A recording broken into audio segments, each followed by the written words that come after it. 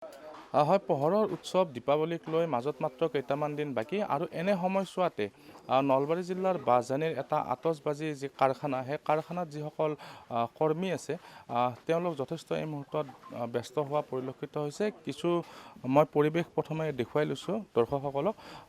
এইটো এটা আতচবাজি কাৰখানা হয় আৰু ইয়াতে যিসকল কৰ্মী আপোনালোকে কৰ্মীসকলক দেখিবলৈ পাইছে, এনেধৰণে তেওঁলোকে দিনে নিশাই ব্যস্ত হৈ পৰিছে। ৰূপমে যদি সম্ভৱ হয় সেইটো ফালত দেখাব লাগে। দুগৰাকী মহিলা আছে চাগে, সেই মহিলা দুগৰাকী ইতিমধ্যে যি ঢেঁকীশাল, সেই ঢেঁকীশালত এই আতচবাজিৰ যিসমূহ সামগ্ৰী, সেই সামগ্ৰীসমূহ তেওঁলোকে গুড়া কৰি থকা এই মুহূৰ্তত আপোনালোকে দেখিবলৈ পাইছে। আৰু এনেধৰণে যি আতচবাজি নিৰ্মাণ, সেই আতচবাজি নিৰ্মাণত এইসকল লোক এনেধৰণে ব্যস্ত হৈ পৰিছে।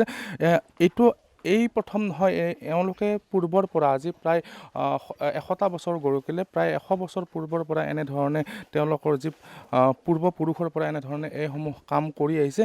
কিছু কথা পাতিবলৈ মই চেষ্টা কৰিম। ৰূপম অকণমান এইফালে আহিব লাগে। মই কিছু তেওঁলোকৰ যি জ্যেষ্ঠ আছে বা তেওঁলোকৰ যিসকল জ্যেষ্ঠ লোক আছে তেওঁলোকৰ পৰা কিছু কথা জানিবলৈ চেষ্টা কৰিম। খুৰা অকণমান উঠি দিয়কচোন আপুনি।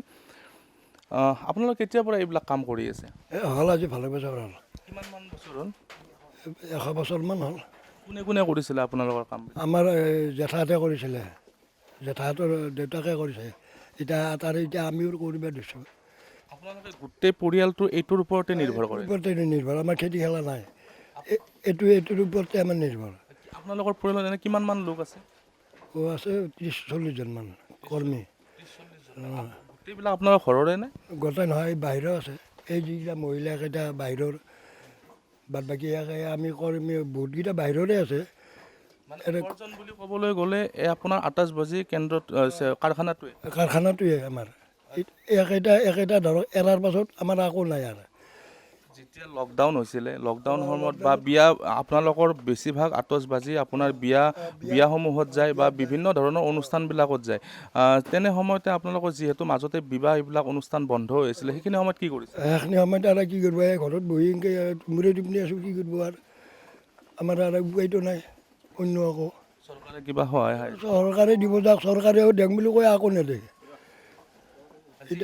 আপোনালোকে এই কাৰখানাটোৰ জৰিয়তে চলি আছে আৰু নলবাৰীত কাৰখানা বুলি ক'বলৈ গ'লে আতচবাজিৰ এইটোৱে এটা কাৰখানা। কিবা আঁচনি চৰকাৰৰ পৰা একো দিয়া নাই।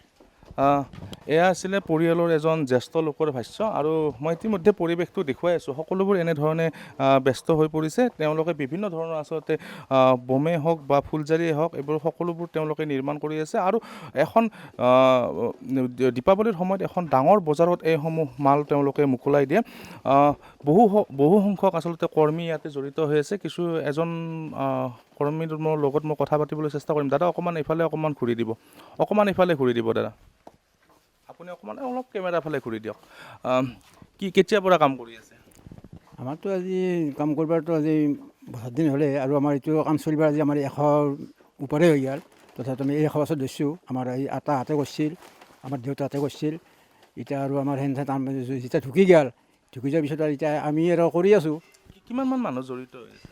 আমাৰতো এতিয়া সেই আগততো আহিছিলে আমাৰ 30-40 জনেই আহিছিল, কিন্তু এতিয়া মানুহ কমছি।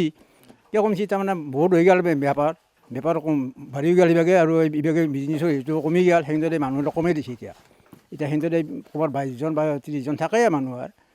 সেইটো অনুযায়ী আমি এই কৰি কাম চলি আছোঁ। উপাৰ্জন বুলি ক'লে এইটোৱে নেকি? এইটোৱে আমাৰ উপাৰ্জন, এইটোৱে আমাৰ হেৰি আৰু। এইটোৰ পিছততো আমাৰ একো নাই আৰু বিজনেছ আৰু। চবে ঘৰত বহি থাকিব লাগিব। কোনোবাই কিবা সহায় একো কৰা নাই, চৰকাৰৰ ফালৰ পৰা? একো নাই, কোনোদিনে পোৱা নাই? সেইটো পালিতো আমি মিছামিছি ক'ম। কাৰখানাটোৰ ক্ষেত্ৰত আপোনালোকে কিবা আবেদন জনাইছিলে? একো বনাই জনোৱাও নাই, পিছে সেইটো পোৱাও নাই। কোনো ধৰণৰ সহায় সহযোগ পোৱা নাই? লকডাউনৰ সময়ত পোৱা নাই, একোৱে পোৱা নাই? কি কৰিছিলে লকডাউনত? কি কৰিম আৰু আমি এনেকৈ হাজিৰা বন কৰি থাকোঁ। পথাৰ এইগিলাখান ধান চান কাটা মিলা সেইগিলাখান কৰি থাকোঁ। সেইখিনিয়ে কাম আমাৰ। এই দীপাৱলীৰ সময়ত বজাৰত কিমানমান মাল আপোনালোকে মোকলাই দিব? আমাৰ এই দেৱালীৰ সময়ত আমাৰ মাল মোটামুটি 1,00,000-1,50,000 টকাৰ মাল যায়। সেইটো আমাৰ কি হ'ব? সেইটোতো নহয় পৰিয়ালখনত। সেইখিনি পইচা দি আমাৰ নিমিলেতো। ধৰক আমাৰ কিমান খৰচ আছে এইটো আমি নিজে জানো। তাতে আৰু কিছুমান বয়া হৈ যায়, কিছুমানে ভাঙি যায়, কিছুমানে এনে ফিৰি আহে, সেইবিলাক আমাৰ এনেই যায় এইবিলাক। বিয়া বিবাহ তেনেকুৱা অনুষ্ঠান একো নোহোৱা হৈছে। নাই নাই, বিয়া চিয়াটো বন্ধ হৈ গৈছে। এতিয়া দিনৰ ভাগত বিয়া হয়, দিনৰ ভাগত বিয়া হয়তো আহিলে নামৰেই আৰু ৰাতি হ'লে মাৰিলে ক'ৰবাত ক'ৰবাত 200 টকাৰ। এতিয়া কিয় মাৰিব আৰু দিনৰ ভাগত, সেইকাৰণে এইটো আমি বন্ধ কৰি দিছোঁ। হয়, কিছু সমস্যাৰ সন্মুখীন হৈছে, কাৰণ যিহেতু ক'ভিড সৃষ্ট পৰিৱেশৰ মাজত সকলোবোৰ অনুষ্ঠান, আচলতে বিবাহ অনুষ্ঠানেই হওক, সাংস্কৃতিক অনুষ্ঠানেই হওক, সকলোবোৰ বন্ধ হৈ পৰিছিলে। আৰু তাৰে পৰিপ্ৰেক্ষিতত এই থলুৱা যিটো কাৰখানা, সেই থলুৱা কাৰখানাটোলৈ কিছু সমস্যা আহিছিলে, কাৰণ আৰ্থিকভাৱে হওক বা মানসিকভাৱেই হওক, তেওঁলোকে যথেষ্ট আচলতে জুৰুলা হৈ পৰিছিলে সেইখিনি সময়। কিন্তু যিহেতু দীপাৱলীৰ বৰ্তমান দীপাৱলীক লৈ মাজত মাত্ৰ আৰু কেইটামান দিন বাকী আছে, তেনে সময়তে তেওঁলোকে কিছু উৎফুল্লিত হৈ পৰিছে, কাৰণ যিহেতু ইতিমধ্যে মুখ্যমন্ত্ৰীগৰাকীয়ে কিছুদিন পূৰ্বে তেওঁ ঘোষণা কৰিছিলে এখন নিৰ্বাচনী সভাত দীপাৱলী সকলোৱে আচলতে ভালদৰে দীপাৱলী উদযাপন কৰিব পাৰিব। আৰু তেনে পৰিপ্ৰেক্ষিততে তেওঁলোকে এতিয়া বৰ্তমান আপোনালোকক মই পুনৰবাৰ দেখুৱাই লৈছোঁ, তেওঁলোকে যথেষ্ট ব্যস্ত হৈ পৰিছে। এইসমূহ ফুলজাৰিয়ে হওক বা বোমাই হওক বা বাৰুদেই হওক, সম্পূৰ্ণ থলুৱাভাৱে তেওঁলোকে ইয়াতে নিৰ্মাণ কৰে। মহিলা দুগৰাকী আছে আনটো ফালত, মহিলা দুগৰাকীয়েও তেওঁলোকে যি সেই ঢেঁকীত যি আচলতে খুন্দাৰ যিটো ব্যৱস্থা, সেই ব্যৱস্থা তেওঁলোকে ইতিমধ্যে কৰি আছে। আৰু দীপাৱলীৰ প্ৰাক মুহূৰ্তত ইয়াৰ পৰা বৃহৎ সংখ্যক আচলতে যি থলুৱা আতচবাজি, সেই থলুৱা আতচবাজি ৰাজ্যৰ বিভিন্ন প্ৰান্তত মোকলাই দিব বুলি জানিব পৰা গৈছে।